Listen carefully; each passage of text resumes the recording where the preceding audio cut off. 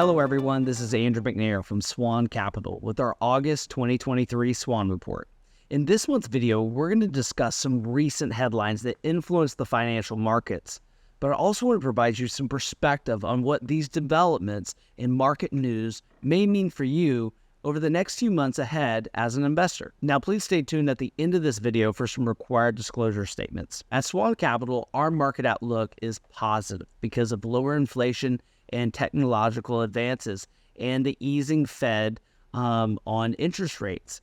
However, not everybody shares our positive outlook. Fitch Ratings, one of the three American credit rating agencies designed by the SEC, downgraded the United States long-term foreign currency issuer default rating from AAA to AA positive on August 1st, removing the negative rating watch and assigning a stable outlook label instead. It's like saying we're a shaky number one, but now a solid number two. So per Fitch, the downgrade reflects the expected fiscal deterioration over the next 3 years. A high and growing general government debt burden and the erosion of governance relative to AA and AAA rated peers over the last 2 decades that has manifested in repeated debt limit standoffs and last-minute resolution. The downgrade harkens back to 2011, which was the first time the U.S. federal government received a rating below AAA, and I remember that. That was the Standard & Poor's. It announced a negative outlook on the AAA rating in April of 2011. Then the 112th Congress voted to raise the debt ceiling through the Budget Control Act of 2011 in August. The downgrade to AA plus occurred 4 days later.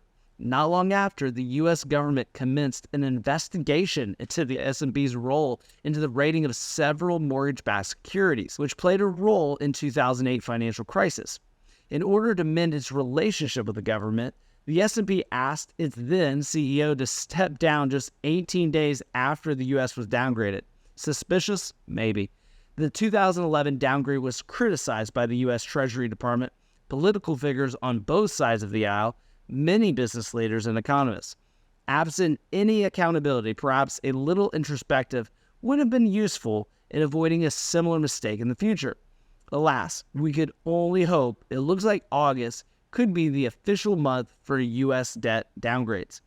Fast forward to early this month, although the timing of this announcement was somewhat surprising, given the recent strength in the U.S. economic data and the debt limit suspension, the action itself wasn't entirely unexpected. Fitch's rationale for the downgrade was likely based on the growing government debt burden, which needs to be discussed and needs to be talked about, specifically the erosion of governance. They said that the repeated debt limit political standoffs and the last-minute resolutions have eroded confidence in fiscal management, and of the American peoples, by the way. The agency also added that the implementation of a fiscal adjustment to address rising mandatory spending or to fund such spending with additional revenues, resulting in a medium-term decline in the general government debt-to-GDP ratio, could lead to positive rating action. Yes, you heard that right and clearly. It shouldn't be a surprise that we need to raise taxes to bring more income to pay our debt. I was talking about this in our halftime report. The U.S. government is spending an exorbitant amount, more than we make. The bill is coming due, and it will mostly be financed through higher taxes. We cannot continue to spend more than we make and finance it through debt.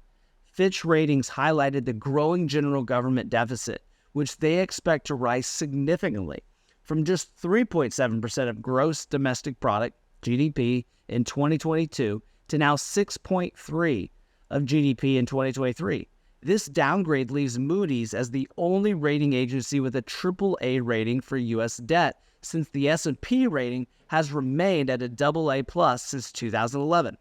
In our view, the downgrade is a consequence of the government's constant bickering and brinkmanship and just a lack of both parties coming together to come up with a solution for a balanced budget. After experiencing a couple of rocky days, the market is anticipating the Federal Reserve to stop raising rates after the last month's 25 basis point hike. But it had been anticipating a pause since the beginning of the year. Earnings have seemed to fare better than expected, and talk of a soft landing is in the air, so the markets have rallied since March. The ADP July employment came in at a warm 324,000 jobs, but the increase was significantly lower than the June's revised increase of 455,000. So, however, the jobs labor turnover survey, we call it JOLTS, showed a downward revision reading for the price reading, with job openings coming in at 9.62 million instead of the initial 9.8 million they hoped. So job openings are decreasing. And as JOLTS has a 1-month lag, it appears we're on the right path as the Fed is concerned. If we look at BLS, the Bureau of Labor Statistics, they also released their non-farm payrolls. We added 187,000 jobs in July, under expectations for 200,000. Also a good sign we're headed in the right direction there as well. Meanwhile, unemployment ticked down from 3.6 to 3.5. It's a lot of data, I know, but most of these numbers are lower than expectations or were revised downward, which is good. This will give the Fed ample opportunity to do nothing in the upcoming months, which will benefit equities if the Fed remains on a pause or slowdown. That's it for this month's SWAN Report. I want to thank you for listening every month to our SWAN Report. And if you haven't checked out our halftime report, go to the YouTube channel and watch our 35 to 40-minute presentation about the economy. It's a real in-depth dive, and you don't want to miss it. If you have questions about your personal financial plan, give us a call at 1-800-848-8768. That's 1-800-848-8768. Talk to you soon.